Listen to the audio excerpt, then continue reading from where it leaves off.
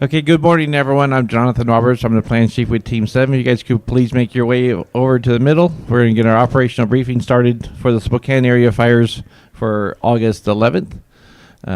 Welcome this morning. There's still plenty of IAPs over here to the side. The objectives have not changed. They've been validated, so go over those with your crews when you get a chance to go out there today. And with that, I'm going to bring up we'll bring up operations.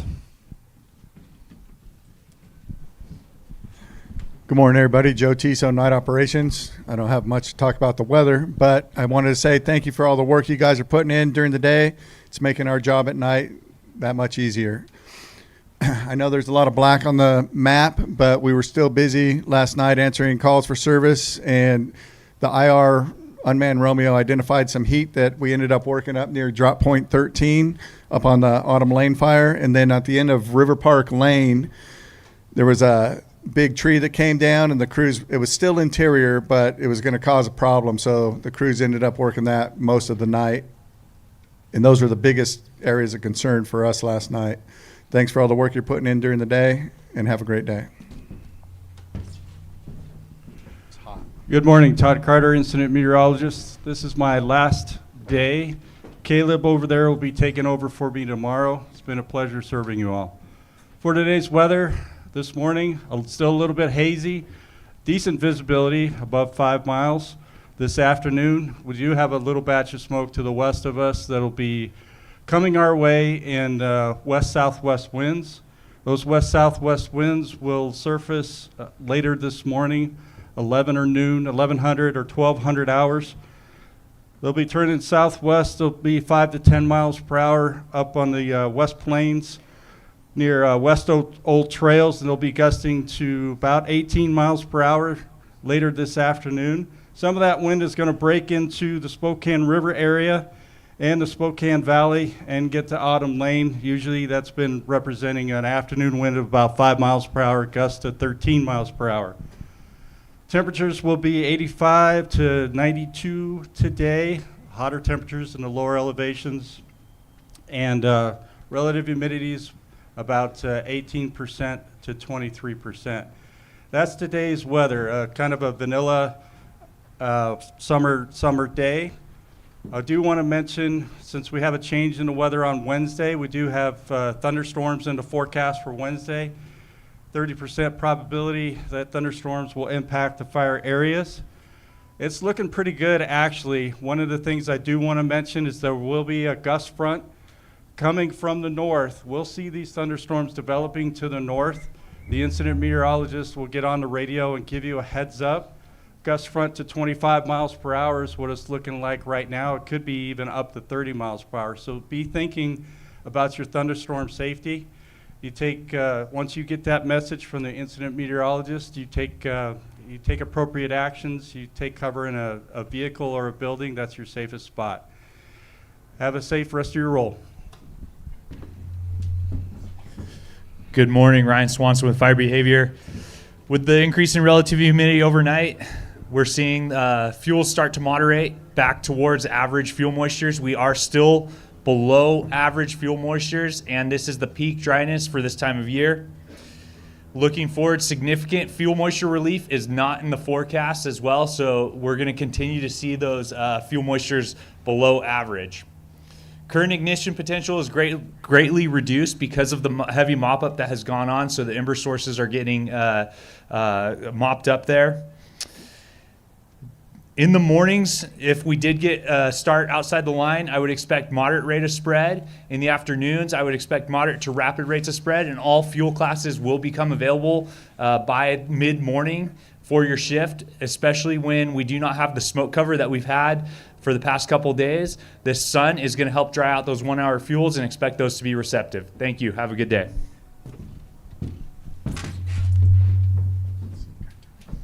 Hey, good morning, everyone. Scott Coons, one of your operations section chiefs. We also have operations section chief Scott Grasmick and Derek Steidley here.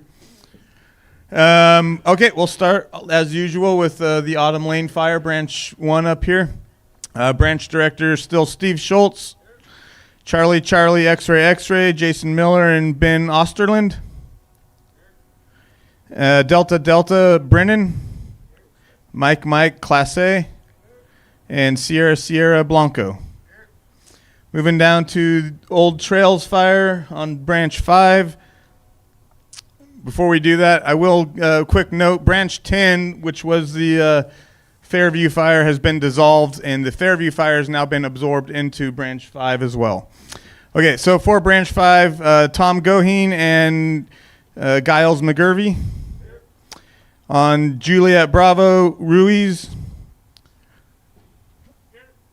On Echo Foxtrot, you got Rober and Wilkins. Gulf Hotel, Didi. And on Lima, November Tango on the Fairview Fire, Valenzuela. All right, a lot of great work happening out here. A lot of black line going on the map. Appreciate all your guys' effort in making that happen. Your work assignments for today, if you're on one of those 3 fires, are unchanged. You're going to do a really active patrol. Identify any heat within 200 feet of the holding features or around any values at risk and mop that up. Secure those perimeters as best we can in the time that we have remaining. If you look around, you'll notice that the crowd out here is a lot smaller than it was yesterday, and tomorrow it's going to be even smaller still. So today is an excellent day to do what we can to knock out those projects that are still remaining on the fire while we have the manpower to do that. You guys are doing a great job of doing that and securing these fires and making them look good. Just continue that work. Continue the suppression repair when you have opportunities to do so, and keep those fires looking like they are. Appreciate it. Morning, everybody. Eric Verdries, Air Ops. So today we're going to have the UAS fly the Old Trails perimeter. The TFR did change. If you go to the FTP site or if you scan the QR code on your IAP, you guys could get the Air Ops map. The Fairview fire is no longer in the TFR, but these 2 fires are. So if you see another UAS flying in there, it's an intrusion. Please report it. Have a good, safe shift. Good morning, Paul Catino, safety. As we wind this thing down, stay engaged, maintain situational awareness, stay focused as you have been doing. Stay hydrated. Start drinking your water now as you're going out to the incident, and manage your heat exposure before fatigue actually sets in. Continue doing what you've been doing. Look out for each other. Watch out for any signs of fatigue from any of your crew members or heat stress. And if you notice, some of the areas have been repopulated. Some of the roads have been open. There's been a lot of foot traffic, a lot of vehicular traffic. So watch out for those vehicles. They don't slow down. So as you enter these intersections, make a double take before you start proceeding forward. And also, when you're traveling home, be safe. Let's get home. It's not over until you actually get home. All right?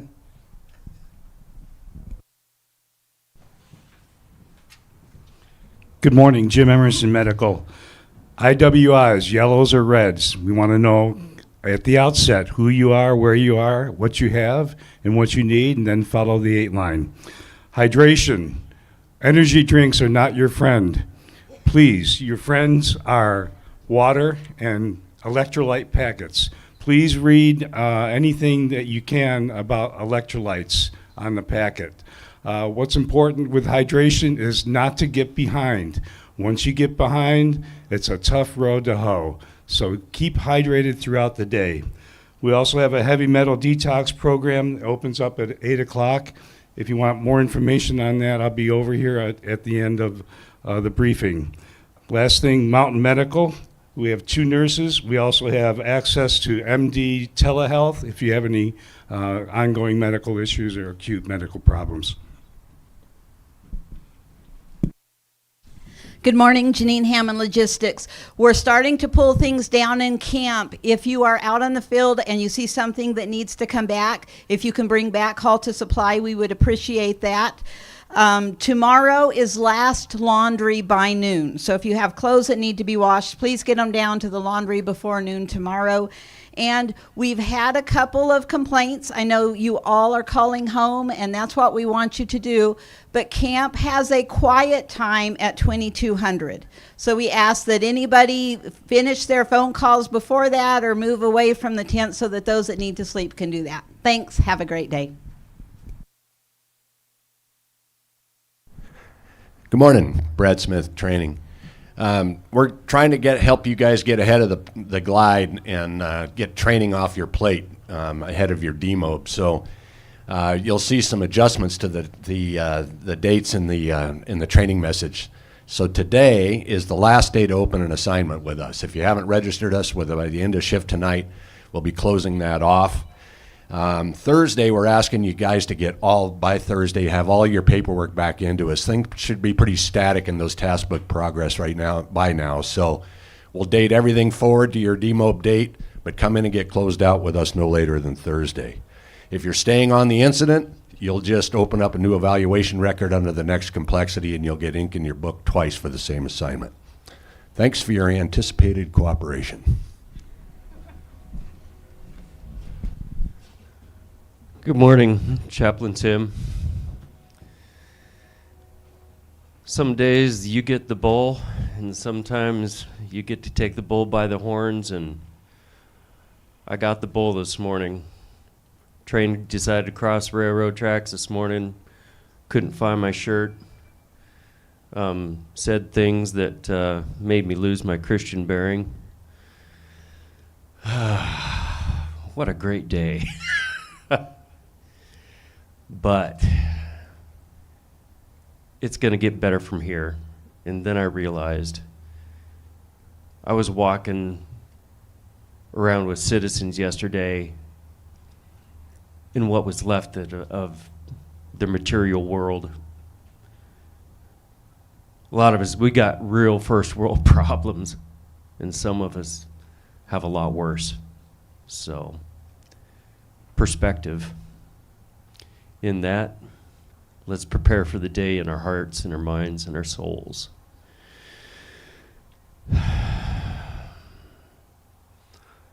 Father God, regardless of what we think, it's good to just have our boots on and have breath in our lungs.